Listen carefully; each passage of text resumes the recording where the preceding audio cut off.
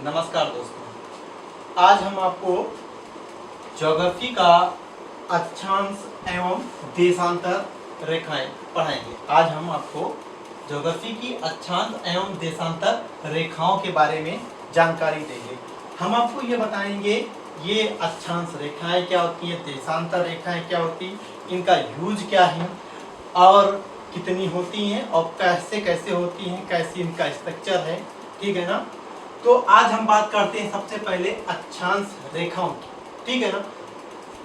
तो अगर हम अक्षांश रेखाओं की बात करें, अक्षांश एवं देशांतर रेखाएं, अक्षांश रेखाएं इसको कहते हैं अंग्रेजी में लेटीट्यूड और देशांतर को कहते हैं लॉन्गिट्यूड लाइंस। तो लेटीट्यूड लाइंस के बारे में हमको पढ़ना है आज। देखो मित्रों, ये मान लेते हैं हमारी क्या है, पृथ्वी है। क्या है ये? पृथ्वी है। पृथ्वी में आप ग्लोब में देखे होंगे दो तरीके की ग्लोब, जो हमारा ग्लोब रहता है उस ग्लोब में दो तरीके की रेखाएं बनी होती हैं। देखे होंगे ग्लोब में दो तरीके की रेखाएं बनी होती है। एक ऐसी रेखाएं होती हैं जो आपकी क्षैतिज होती हैं, कुछ रेखाएं ऐसी होती हैं जो क्षैतिज होती हैं और कुछ रेखाएं ऐसी होती हैं जो ऊर्ध्वाधर होती हैं। कैसी होती हैं? ऊर्ध्वाधर होती हैं। हमको इन्हीं के बारे में आज जानकारी हासिल करनी है। जो रेखाएं क्षैतिज होती हैं, जो रेखाएं क्षैतिज होती हैं उनको कहा जाता है अक्षांश रेखाएं। ठीक ना। तो हमको पहले अक्षांश रेखाओं के बारे में समझना है। तो देखिए, ये हमारी पृथ्वी है। इस पृथ्वी के बिल्कुल बीचों बीच में एक रेखा खींची गई है, एक काल्पनिक रेखा खींची गई है। मित्रों, हमारी पृथ्वी पर वास्तविक में ऐसी कोई रेखा नहीं है, ये केवल काल्पनिक रेखाएं हैं। इन रेखाओं से हम पृथ्वी के तापमान को जान सकते हैं और पृथ्वी की जलवायु को ज्ञात कर सकते हैं। पृथ्वी पे कहाँ कितना टाइम हुआ है, कहाँ कितनी डेट है, ये सारी या कैसी कहाँ पर कैसी लोकेशन है, किसी चीज की जानकारी लेनी है, उसकी लोकेशन का हमको ज्ञात करना है, तो इन सब रेखाओं का यूज किया जाता है। ठीक। तो पृथ्वी को दो बराबर भागों में बांटते हुए पृथ्वी के बिल्कुल बीचों बीच में एक क्षैतिज लाइन, एक काल्पनिक क्षैतिज लाइन खींची गई है जिसे 0 डिग्री अक्षांश कहते हैं। जिसे 0 डिग्री अक्षांश कहते हैं। 0 डिग्री अक्षांश कहते हैं, अक्षांश रेखा कहते हैं। ठीक है। इसी को एक और नाम से जानते हैं, क्योंकि ये पृथ्वी को दो बराबर भागों में बांटती है, इसीलिए इसको भूमध्य रेखा भी कहते हैं। भूमध्य रेखा कहते हैं। ठीक। इसी को एक और नाम से जानते हैं, विषुवत रेखा। विषुवत रेखा। ठीक है ना। एक और नाम है इसका अंग्रेजी में लेटीट्यूड लाइन्स। ठीक है ना। यह क्या करती है, पृथ्वी को लगभग दो बराबर भागों में बांटती है। ठीक है ना। ऊपरी भाग को कहते हैं हम लोग उत्तरी गोलार्ध। उत्तरी गोलार्ध। ठीक। और दक्षिणी भाग को हम लोग कहते हैं दक्षिणी। इसके 0 डिग्री अक्षांश रेखा के, क्या कहें, भूमध्य रेखा के जो दक्षिण में है उसको क्या कहते हैं, उस गोलार्ध, अर्ध गोलार्ध को क्या कहते हैं, दक्षिणी गोलार्ध। क्या कहते हैं? दक्षिणी गोलार्ध। ठीक। अब आगे बात देखते हैं हम। इसी 0 डिग्री अक्षांश को यदि हम आधार मान लें और यहीं से पृथ्वी की सतह पर कोई कोणीय दूरी मापते हैं, जैसे मान लीजिए ये आधार है और इसी पृथ्वी के केंद्र को, यही भूमध्य रेखा है, ये भूमध्य रेखा को आधार मान लें और आधार मानकर पृथ्वी के केंद्र से मापी गई, ये पृथ्वी का केंद्र है, पृथ्वी के केंद्र से मापी गई कोणीय दूरी को अक्षांश कहते हैं। पृथ्वी के केंद्र से मापी गई कोणीय दूरी को अक्षांश कहते हैं। यह दूरी कुछ भी हो सकती है। मान लीजिए ये दूरी आपकी 20 अंश है। ये कोण कितना है? 20 अंश। ठीक। बिल्कुल ऐसे ही सिमिलर इधर भी आपको 20 अंश ही कोणीय दूरी मापना है। ठीक। तो हम जो इसको 20 डिग्री अक्षांश कहते हैं, क्या कहते हैं इसको? 20 डिग्री अक्षांश। अगर अक्षांश की परिभाषा पर हम लोग एक बार फिर से ध्यान दें तो हम कह सकते हैं भूमध्य रेखा को आधार मानकर पृथ्वी के केंद्र से पृथ्वी की सतह पर खींची गई कोणीय दूरी को अक्षांश कहते हैं। और समान अक्षांशों की 20 डिग्री इधर 20 डिग्री इधर समान अक्षांशों को मिलाने वाली रेखा को हम कहते हैं अक्षांश रेखा कहते हैं। समान अक्षांशों को मिलाने वाली रेखा को क्या कहते हैं? अक्षांश रेखा कहते हैं।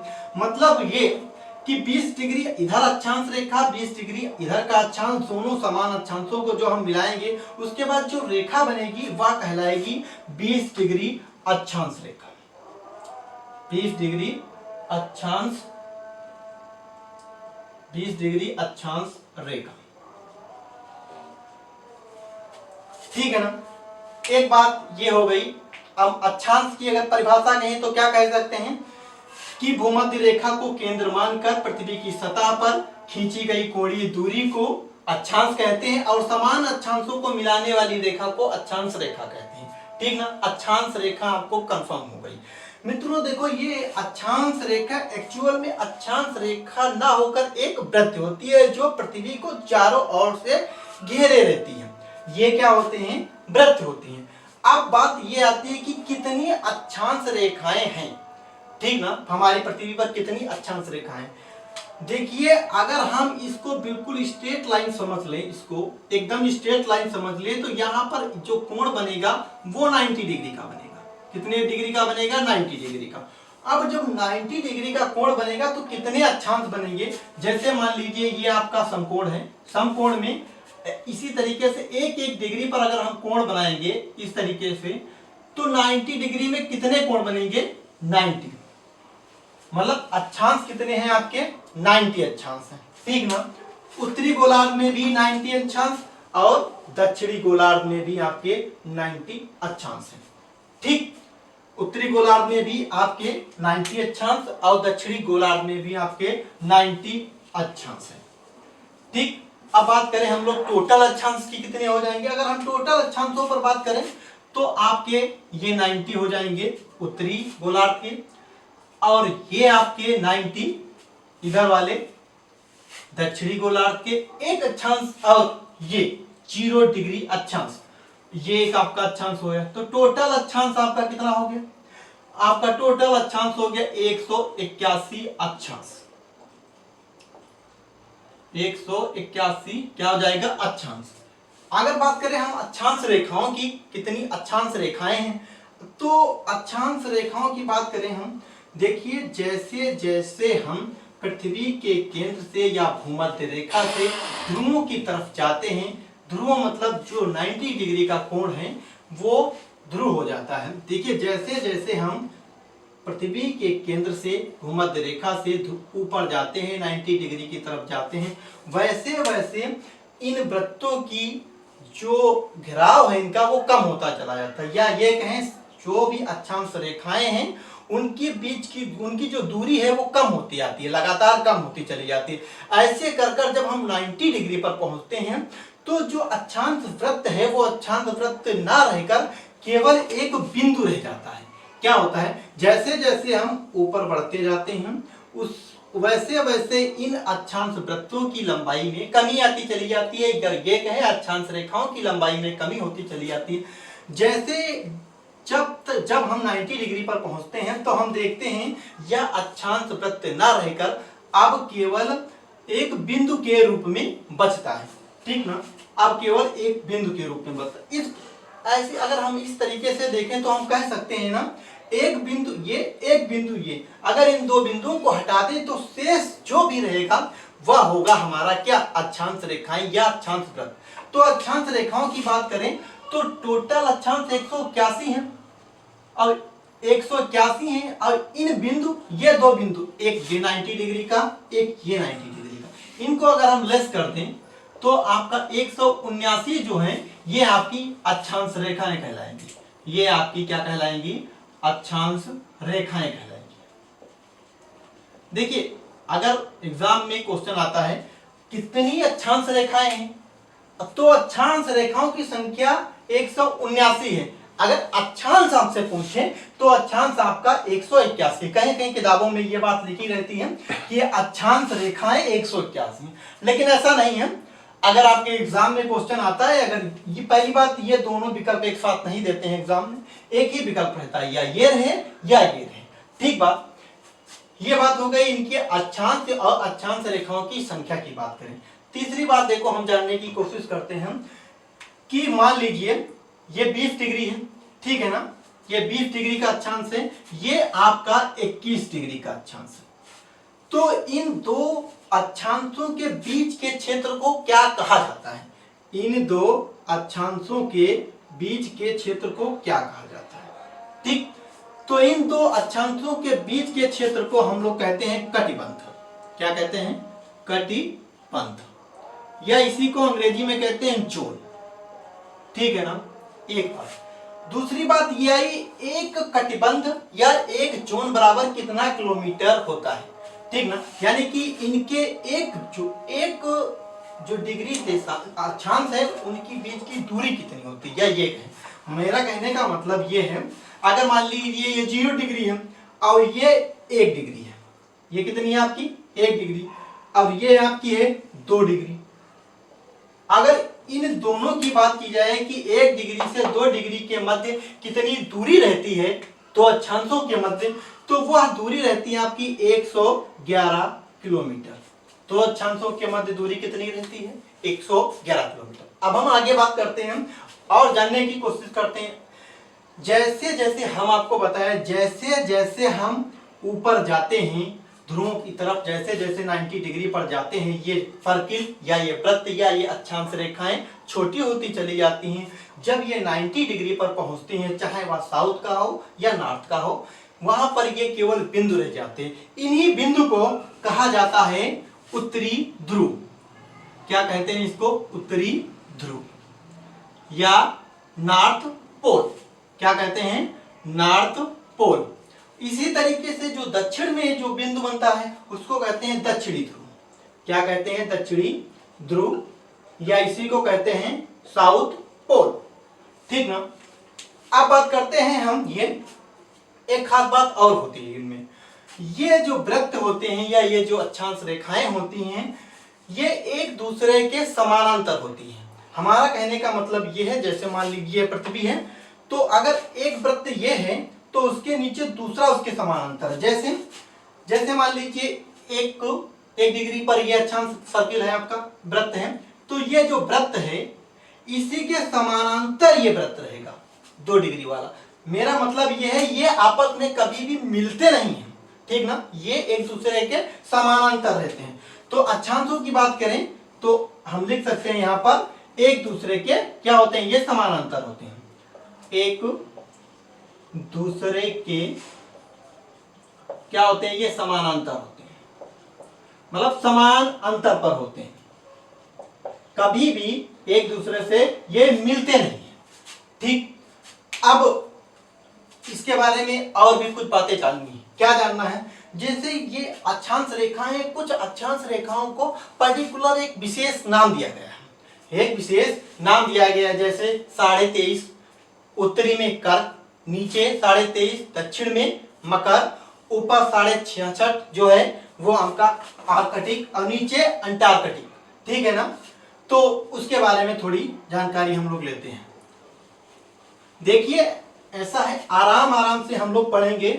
अभी ये ज्योग्राफी आज हम पहला वीडियो डाल रहे हैं, उसका कारण ये है कि अगर हम इसके बाद चाहें विश्व भूगोल पढ़ें या भारत का भूगोल, अगर हम मान लीजिए भारत का भूगोल भी पढ़ते हैं, तब भी हमको भारत की अवस्थिति जानने के लिए अक्षांश और देशांतर रेखाओं को जानना पड़ेगा। अगर विश्व भूगोल पढ़ेंगे फिर भी उसमें हमको क्या अक्षांश और देशांतर रेखाओं को जानना अति आवश्यक है। तो बात करें जो विशेष लाइनें हैं, जो विशेष वृत्त हैं या विशेष अक्षांश रेखाएं जिनको विशेष नाम दिया गया है, उनके बारे में, तो ये हमारी पृथ्वी है। ठीक है ना, इस पृथ्वी में हम पहले ही आपको बता दिए, जो बिल्कुल बीचों बीच लाइन जाती है, इसको जो विशेष नाम दिया गया है, इसको कहा जाता है भूमध्य रेखा। जो 0 डिग्री पर है उसको क्या कहते हैं हम लोग? भूमध्य रेखा, भूमध्य रेखा। ठीक ना, इसके बाद हम आपको बताए जो 23.5 उत्तरी गोलार्ध में है, ये आपका हम बताए थे आपका क्या है, उत्तरी गोलार्ध। इस उत्तरी गोलार्ध में जो 23.5 पर है, जो 23.5 अंश पर है, उसको कहते हैं हम लोग कर्क रेखा। क्या कहेंगे, 23.5 पर जो है उत्तरी गोलार्ध में 23.5 अंश पर, इसको एक विशेष नाम से जानते हैं, क्या कहते हैं इसको, कर्क रेखा। कर्क रेखा। देखिए एग्जाम में इस कर्क रेखा को लेकर क्वेश्चन पूछा जाता है कौन से देश से कर्क रेखा गुजरी। अगर हमारे भारत को लेकर है तो कौन से 8 राज्यों से कर्क रेखा गुजरी है, ये सारे क्वेश्चन पूछे जाते हैं, ठीक ना। तो कहाँ विश्व में किन किन देशों से कर्क रेखा गुजरती है, या विश्व में किन किन देशों से भूमध्य रेखा गुजरती है, ये जब हम आपको विश्व मैपिंग पढ़ाएंगे तब बताएंगे। और भारत में कहां से गुजरती है, जब हम आपको भारत पढ़ाएंगे तब हम बताएंगे कि कर्क रेखा भारत के किन किन राज्यों से गुजरती है। अब बात करें 23.5 आपका दक्षिणी गोलार्ध की बात है, तो दक्षिणी गोलार्ध ये आपका 23.5 करीब 23.5, ये 23.5 दक्षिणी गोलार्ध की बात हो रही है। इसको जो नाम, एक विशेष नाम दिया गया है, इसको विशेष नाम दिया गया है मकर रेखा। मकर रेखा, ये जानने की कोशिश करते हैं आखिर इनको विशेष नाम क्यों दिया गया है। देखो यहाँ पर दो बातें हैं। एक बात तो ये कि जो हमारी पृथ्वी है, आप लोगों ने पढ़ा होगा कि पृथ्वी का जो झुकाव है वह 23.5 अंश है, ठीक। पृथ्वी का झुकाव 23.5 अंश है, इसीलिए ये 23.5 अंश को एक विशेष नाम दिएगा। एक बात, जो दूसरी महत्वपूर्ण बात है वह है सूर्य का उत्तरायण एवं दक्षिणायन, ठीक। सूर्य की लंबवत किरणें अधिकतम 23.5 अंश उत्तर तक जाती हैं या 23.5 अंश दक्षिण तक जाती हैं, इसीलिए इसको विशेष नाम से जाना जाता है, मकर रेखा और कर्क रेखा। जब कभी हम आपको जलवायु पढ़ाएंगे तब हम बताएंगे सूर्य का उत्तरायण और सूर्य का दक्षिणायन। इस सूर्य के उत्तरायण या सूर्य के दक्षिणायन की वजह से ही इनको विशेष नाम जाना जाता है। हम बताएंगे आपको कब सूर्य जो है कर्क रेखा पर आता है, उसका भारत पर क्या प्रभाव पड़ता है या विश्व पर क्या प्रभाव पड़ता है। मकर रेखा आता है तब विश्व पर क्या प्रभाव पड़ता है, या जब वो भूमध्य रेखा पर होता है तो उसका क्या प्रभाव पड़ता है। वो सारी बातें आपकी जलवायु में होंगी, ठीक है ना। अब बात करते हैं हम लोग एक और विशेष रेखा है, इसका एक उसको विशेष नाम से एक 66.5 अंश, ये आपका इधर लिख लेते हैं हम लोग, 66.5 अंश उत्तरी गोलार्ध में जो रहता है उसको कहा जाता है आर्कटिक वृत्त या आर्कटिक रेखा, आर्कटिक वृत्त, ठीक।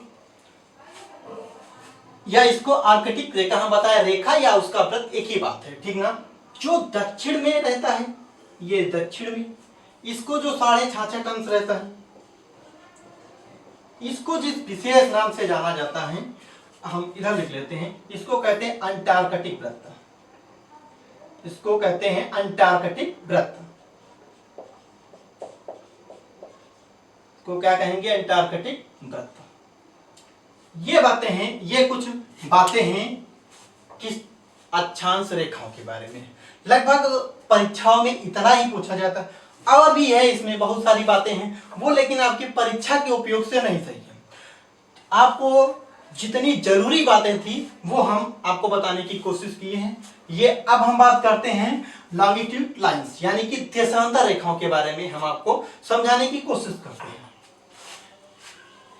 आप लोग ये अब वीडियो है, इसके बाद आज हम अक्षांश और देशांतर रेखाएं पढ़ा देंगे। उसके बाद क्या रहेगा, जो अगला वीडियो रहेगा हमारा वह जो है निर्धारित या उस कह ले कि जो उसमें पढ़ाया जाएगा आपको वह अंतरराष्ट्रीय तिथि रेखा एवं अंतरराष्ट्रीय समय रेखा के बारे में, इसकी जस्ट बात का वीडियो रहेगा वो, ठीक है ना। तो अब बात करें हम, एक बात समझ लीजिए, हम जो अक्षांश रेखाएं पढ़ाए हैं उन अक्षांश रेखाओं का मोस्ट काम क्या है। जो ये पृथ्वी है, जो इस पृथ्वी पर जो हम ये अक्षांश रेखाएं बताए हैं इनका मेन काम क्या है। अगर हम कार्य की बात करें इनकी, तो इनसे जलवायु का निर्धारण होता है। कैसे जलवायु का निर्धारण होता है, जैसे जैसे हम 0 डिग्री से, जैसे जैसे हम 0 डिग्री से ऊपर जाते हैं तापमान में क्या आती है, कमी आती है। तापमान में कमी आती है, इसीलिए ध्रुवों पर क्या रहता है, ये हमेशा बर्फ रहती है। ठीक, आइए हम लोग बात कर लेते हैं देशांतर रेखाओं के बारे में। क्या होती है देशांतर रेखाएं, इनका यूज क्या है और इनकी कुछ विशेषताओं के बारे में। ठीक है, तो बात करते हैं हम लोग देशांतर रेखाओं के बारे में। देखो ये हमारी पृथ्वी है, ठीक है, ये हमारी पृथ्वी है। तो हम अभी बताए थे आपको, जो पृथ्वी पर क्षैतिज रेखाएं हैं, ऐसे ऐसे जो रेखाएं हैं, जो वृत्त हैं, इनको हम बताए थे अक्षांश रेखाएं होती हैं। ठीक है ना। इसके विपरीत या इसके विपरीत की अगर हम लोग बात करें तो जो ऐसी ऊर्ध्वाधर लाइनें हैं, ठीक ना, ऊर्ध्वाधर लाइनें हैं, ये क्या कहलाएंगी आपकी, ये कहलाएंगी आपकी देशांतर रेखाएं। तो देखते हैं देशांतर रेखाओं के बारे में। देखिए ये आपकी पृथ्वी है और ये आपका साउथ पोल है, ओ सॉरी नॉर्थ पोल, ये आपका नॉर्थ पोल है और ये आपका लगभग ये साउथ पोल है, ये आपका लगभग यहां पर साउथ पोल हो गया। ठीक है ना। अब देखो ऐसी रेखाएं, ठीक, जो नॉर्थ पोल को साउथ पोल से मिलाती है, जो नॉर्थ पोल को किससे मिलाती हैं, साउथ पोल से मिलाती हैं, उनको क्या कहते हैं, जो नॉर्थ पोल को किससे मिलाएंगी, साउथ पोल से मिलाती हैं, उनको हम लोग देशांतर रेखाएं कहते हैं। ऐसी रेखाएं जो नॉर्थ पोल को साउथ पोल से मिलाएंगी, उनको देशांतर रेखाएं कहते हैं। ठीक है ना। देखिए ये हमारी हो गई भूमध्य रेखा, ये हमारी भूमध्य रेखा है, ठीक, यह पृथ्वी का केंद्र है और इसी केंद्र में अब एक रेखा है जिसको केंद्रीय देशांतर रेखा कहते हैं।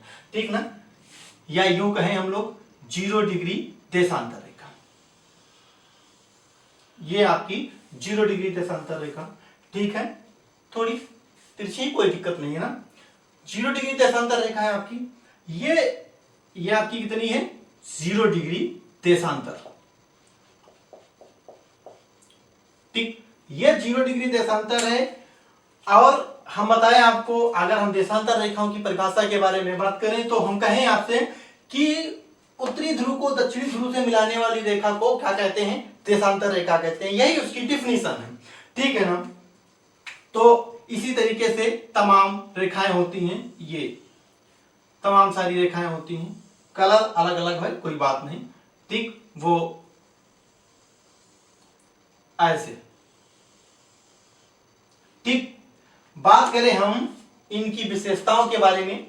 देखो दो देशांतर रेखाओं के बीच की अगर हम दूरी कहें, जैसे मान लीजिए या 0 डिग्री है, ठीक, इसके जस्ट बगल में 1 डिग्री 2 डिग्री, अगर हम इनकी बात करें कि ये 1 डिग्री 2 डिग्री के मध्य की दूरी कितनी होती है। देखो इसमें क्या रहता है, जैसे जैसे हम भूमध्य रेखा से ध्रुवों की तरफ जाते हैं, नॉर्थ पोल या साउथ पोल की तरफ जाते हैं, वैसे वैसे क्या होता है, आप देख पा रहे होंगे जो देशांतर रेखाओं के बीच की दूरी होती है वो क्रमशः कम होती चली जाती है। जैसे ये ध्रुवों पर पहुंचती है 0 हो जाती है। ठीक है ना। तो सबसे ज्यादा अगर हम देखें तो सबसे ज्यादा दो देशांतर रेखाओं के बीच की दूरी जो कहां पर पाई जाती है, वह भूमध्य रेखा पर पाई जाती है। कहां पाई जाती है, भूमध्य रेखा पर। ठीक ना। तो दो देशांतरों के बीच की अधिकतम दूरी कहां होती है, भूमध्य रेखा पर। दो देशांतरों के बीच की अधिकतम दूरी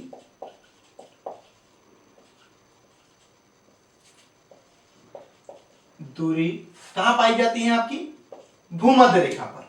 कहां पाई जाती है, भूमध्य रेखा पर। रेखा और कितनी होती है, जैसे वहां पर दो देशा अक्षांशों के बीच की दूरी कितनी थी, 111 किलोमीटर, वो लेकिन समानांतर थी, सब में लगभग उतनी ही, लेकिन यहां पर अधिक, यहां पर फिर धीरे धीरे धीरे धीरे कम होती चली जाती है और अंततः जब ध्रुवों पर पहुंचती तो वो 0 हो जाती है। तो बात करते हैं भूमध्य रेखा पर होती है अगर अधिकतम है तो कितनी होती है, तो वह होती 111.32 किलोमीटर। ठीक है ना, एक बात। दूसरी बात, दो जो अक्षांश हैं, दो जो देशांतर हैं, दो जो ये देशांतर हैं, इनके मध्य की दूरी को हम लोग कहते क्या है? क्या कहते हैं इनके मध्य की दूरी को? तो हम लोग इनके मध्य की दूरी को गोरे कहते हैं। क्या कहते हैं? गोरे कहते हैं। और एक बात समझिए, ये जैसे जैसे ध्रुवों की तरफ जाते हैं वैसे वैसे इनके बीच की दूरी तो कम होती चली जाती है, लेकिन इनके बारे में एक खास बात है कि इनकी सारी देशांतर रेखाएं बराबर होती हैं। अक्षांश रेखाओं की जैसी नहीं होती हैं ये, कि जैसे जैसे ध्रुवों पर जाएं इनकी जो है लंबाइयां कम हो रही, लंबाई कम नहीं होंगी। यहाँ पर सारी देशांतर रेखाएं क्या होंगी? आपस में बराबर होंगी। तो एक बात और लिख सकते हैं हम कि देशांतर रेखा आपस में बराबर होती हैं। देशांतर रेखा आपस में बराबर होती हैं। आपस में क्या होती हैं? बराबर होती हैं। ठीक है ना? अब बात यह आती है कि कितनी देशांतर रेखाएं होती हैं। तो आप समझ लीजिए, कोई भी एक गोला है, उस गोले में अधिकतम कितने अंश का कोण बन सकता है अगर प्रत्येक डिग्री पर एक अंश का कोण बने तो। ठीक है ना? एक बिंदु है, मान लीजिए, इस बिंदु से अधिकतम कितने कोण बन सकते हैं अगर प्रत्येक एक अंश पर कोण बने तो जाहिर सी बात है 360 कोण बन सकते हैं। 360 कोण बन सकती है और प्रत्येक अंश पर एक रेखा खींची गई है तो कितनी रेखाएं हो जाएंगी? तो 360 रेखाएं हो जाएंगी। अगर हम बात संख्या की करें तो संख्या कितनी होती है इनकी? तो देशांतर हम लोग ऐसे लिख सकते हैं, देशांतर रेखा या रेखाएं कितनी होती हैं आपकी? 360। ठीक। अब बात यह आती है कि वहां पर कितनी थी? अक्षांश में 179, जीरो वाली को हम लोग क्या किए थे? माइनस कर दिए थे, उसको प्लस ऐड कर लिए थे। तो यहां पर जीरो, यहां पर भी तो ये 0 डिग्री देशांतर है। आप इस बात को अच्छे से समझ लीजिए, जो 0 डिग्री देशांतर होती है, या ये कहो 0 डिग्री जो देशांतर होती है वही 360 डिग्री होती है, वही 360 डिग्री देशांतर होती है। ठीक है ना? दोनों एक ही है, ये दोनों अलग अलग नहीं है। कैसे? आप जब वृत्त में कोण बनाएंगे तो 360 कोण बनेंगे। अगर आप जीरो जोड़ते हैं, जीरो एक अक्षांश है, अक्षांश रेखा नहीं है, तो उस अक्षांश के हिसाब से जब आप वापस आएंगे ऐसे तो देखेंगे जो 360 है वो आपके जीरो पर पड़ेगा। 1 2 3 4 करेंगे तो 360 आपका कहां पड़ेगा? ठीक है ना? जीरो पर। वो दोनों एक ही है। ठीक है ना? ये बात कंफर्म हो गई कि गोरे दोनों के बीच की दूरी को कहते हैं। टोटल संख्या आपकी 360 है, तो देशांतरों के बीच की दूरी कितनी होती है? अधिकतम भूमध्य रेखा पर होती है, और दो देशांतर आपस में क्या होते हैं? बराबर होते हैं। इतनी बात आपको जो है जानने की जरूरत है। ठीक है ना? इतना ही हमको लग रहा है ज्यादा जरूरी था जानने के लिए। ठीक है? जैसे जैसे हम बताई थी आपको, ध्रुवों पर जाते हैं वैसे वैसे इनके बीच की दूरी कम होती जाती है। अब अगले वीडियो में आपको हम बताएंगे कि जो 0 डिग्री देशांतर रेखा है, जो 0 डिग्री देशांतर रेखा है, इसी को ग्रीनविच मीन टाइम कहते हैं, यानी कि जीएमटी। विश्व का मानक समय इस 0 डिग्री देशांतर से लिया गया है। कैसे ज्ञात करते हैं? और जो 180 डिग्री देशांतर है उससे क्या लिया गया है? विश्व की अंतरराष्ट्रीय, कह ले हम लोग अंतरराष्ट्रीय तिथि रेखा वहां से ली गई। कैसे तिथि निकालते हैं, कैसे अंतरराष्ट्रीय समय निकालते हैं, इस बारे में हम आपको अगले वीडियो में जानकारी देंगे।